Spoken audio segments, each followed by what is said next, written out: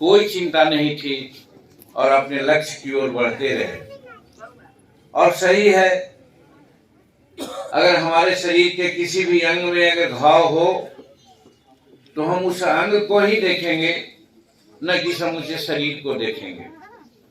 उसी प्रकार से हमारा समाज आज जिस प्रकार से है, तो उसको देखने के लिए भले लोग अमीर वर्ग के लोगों को, मैं जाति की बात नहीं करता, क्योंकि हिंदुस्तानी अवाम मोर्चा सेकुलर का दृढ़ मत है कि इस दुनिया में, इस हिंदुस्तान में और बिहार में दो ही जातियां हैं, एक अमीरों की और एक गरीबों की। तो अमीरों की बात तो सब कोई करता है, नीतियां बनती है, लेकिन गरीबों की बात बहुत कम लोग करते हैं। और यदि नीतियां बनती है तो कमोबेश जो भी आज शासन में रहे हैं ये महसूस करते हैं कि गरीबों के विकास के लिए जो काम होता है, जो लाभ की बात होती है, उनके पास वो पहुंच नहीं पाती। बीच ही में बिचौलिया के द्वारा वो हर्षित हो जाता है, लोग उसको लोक लेते हैं। तो इस दृष्टिकोण से कर्पूरी ठाकुर जी महान व्यक्तित्व, गरीबों की लड़ाई लड़ी। आपने सुना अभी कि जब नौकरियों की बात आने लगी, आज तो हर गांव में, हर टोला में, कस्बे में मैट्रिक क्या, एमए, बीए सब लोग मिल जाते हैं। लेकिन जिस समय कर्पूरी ठाकुर जी का काल रहा था, उस समय मैट्रिक पास बहुत कम लोग मिलते थे, खास करके गरीब तबके के लोग में मैट्रिक पास नहीं मिलते थे। कारण अंग्रेजी उस समय अनिवार्य विषय रहता था और अंग्रेजी पढ़ाने वाले हमारे गांवों में जो हमारे मास्टर होते थे, उनकी अनिच्छा के चलते, मैं स्पष्ट कहना चाहता हूं, दुख भी लग सकता है हमारे लोगों को कि जो सरकार शिक्षकों के बारे में सोच करके शिक्षकों से जो काम लेना चाहिए सरकार, शिक्षक कुछ ही प्रतिशत उत्तीर्ण हुए उस उद्देश्य में, लेकिन अधिकांश शिक्षक ऐसे हुए जिसके चलते पढ़ाई की स्थिति बड़ी खराब रही शुरू से ही। आप सोच सकते हैं, आपके सामने बोलने वाला आदमी 1962 में मैट्रिक किया है। जिस समाज से हम थे और मैट्रिक पास किया था, अगल बगल गांव के लोग आते थे कि एक भुइयां का लड़का मैट्रिक पास कर गया है। तो आप सोच सकते थे कि पढ़ाई की क्या स्थिति है।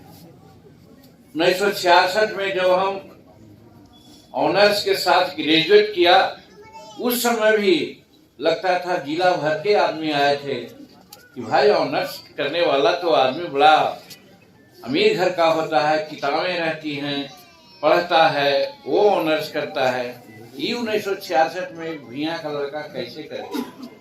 हम बताना चाह रहे हैं, अपनी बात नहीं, हम बताना चाह रहे हैं कि उस समय पढ़ाई की स्थिति यही थी कि गिने चुने लोग आगे बढ़ते थे। और बढ़ रहे थे कौन? अमीर घर के लोग, चाहे जिस जात का हो।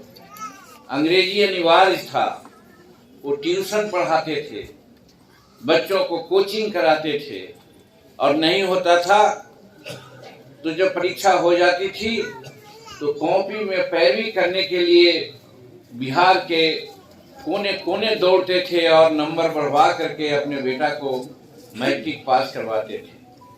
वो बड़े लोग ही कर सकते थे, अमीर लोग ही कर सकते थे। मैं इसमें जात की बात में नहीं करता, लेकिन जो गरीब थे, लेकिन ये बात सही है कि इसमें शेड्यूल कास्ट, शेड्यूल ट्राइब्स, अति पिछड़ा, ये सब लोग, ओबीसी लोग के लोग जरूर पिछड़ जाते थे, उनके पास ये संसाधन नहीं था।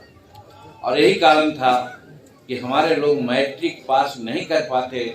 तो जो मैट्रिक ही नहीं पास कर जाते तो फिर आईए भी कहाँ से पास करते। और यही कारण था कि जो वैकेंसियां होती थी उस समय, उस वैकेंसिया में स्थान खाली रहता था और गरीब तबके के लोग की बहालियां नहीं होती थी, बड़े लोग बहाल हो जाते थे और अपना काम करते थे। ये कितनी बड़ी सामाजिक विडंबना थी, इस चीज को किसी ने नहीं सोचा था।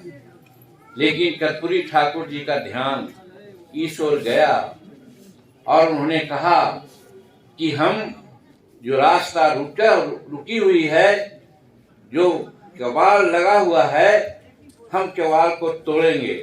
और क्या क्या उन्होंने विदाउट इंग्लिश मैट्रिक पास होने की इजाजत दे दी, जिससे बहुत लोग पढ़ने लगे, आगे बढ़ गए, एमए बीए तक हो गए, नौकरियां होने लगी। ये उनका विचार था। कुमार के प्रति बड़ी निष्ठा रही है।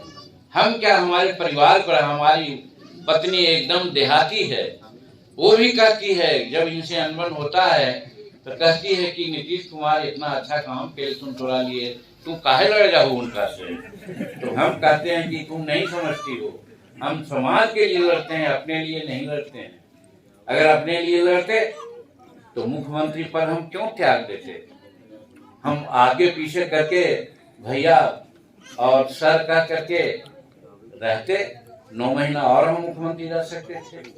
उसी प्रकार से संतोष क्यों रिजाइन करता? ये भी कहता जी सर अपने कहा थी, ठीक है कहा थी, हम रहे अपने ही के साथ। ये भी रहते, हम लोग भी रहते, मंत्री बने रहते, लेकिन समाज ही ये नहीं कह रहा था। अब आज इसलिए कह रहे हैं गलत रास्ते पर, कि जैसे इन्होंने कहा कि आज हमारे यहाँ एक बात और है कि देश में हमारे जो सफाई मजदूर कर्मचारी लोग हैं, उनके लिए आयोग है, आयोग बना है। हम मांग करते रहे नीतीश कुमार जी से कि सफाई कर्मचारी आयोग यहाँ भी बनाइए। तो कैसे बनाते? बनाने देते लोग तब ना। आज लोग मन करते हैं बहुत काम किया, काम का किया? अगर ही बनवा देते तो मैं मानता कि काम करते। नीतीश कुमार का इसमें कोई दोष नहीं, नीतीश कुमार चाहते थे, लेकिन दूसरे लोग उन पर हावी थे। इसलिए मैं कहा कि आज वो गलत रास्ते पर थे, आज ठीक रास्ते पर आए और सहयोग ठीक लोगों से ले रहे हैं। आगे जाके कार्रवाई होगी। और आप जो कहते हैं कि अति पिछड़ा आयोग बने, हम समझते हैं कि हम लोग इस बात को रखेंगे तो निश्चित रूप में अति पिछड़ा आयोग भी बनाएंगे नीतीश कुमार, ऐसा हमको विश्वास है। तो ये है। आप लोग और मैं कहना चाहता हूँ, क्या देखिए कैसे करते, एक एक बात हम नीतीश कुमार को कहना, वही कहाँ नीतीश कुमार चले गए थे। 2005 और 2010 के बीच में नीतीश कुमार को जो कहते थे अच्छा काम कर देते थे। हमने कहा नीतीश बाबू को कि नीतीश बाबू, हम गरीबों के और शेड्यूल कास्ट के आरक्षण देखने के लिए आयोग बना था, एक आयुक्त इसके लिए चुने हुए थे, आरक्षण आयुक्त कहा जाता था। आरक्षण आयुक्त का पद कहाँ चला गया? सर उसको आप रखिए, उसको आप फिर पुनर्जीवित कीजिए। कैसे करते? उधर से तो दबाव था कि आरक्षण दीजिएगा तो फिर हमारा कोटा का क्या होगा, इसलिए नीतीश कुमार नहीं कर सके। अब हम समझते हैं कि नीतीश कुमार जी के सामने ये बात को जरूर हम रखेंगे और हमको पूरा विश्वास है, 200% विश्वास है कि आरक्षण आयुक्त निश्चित रूप में बनेगा, रहेगा, जिससे हम शेड्यूल कास्ट का आरक्षण का जो मूल्यांकन है उसको करेंगे। तो इस तरह से बहुत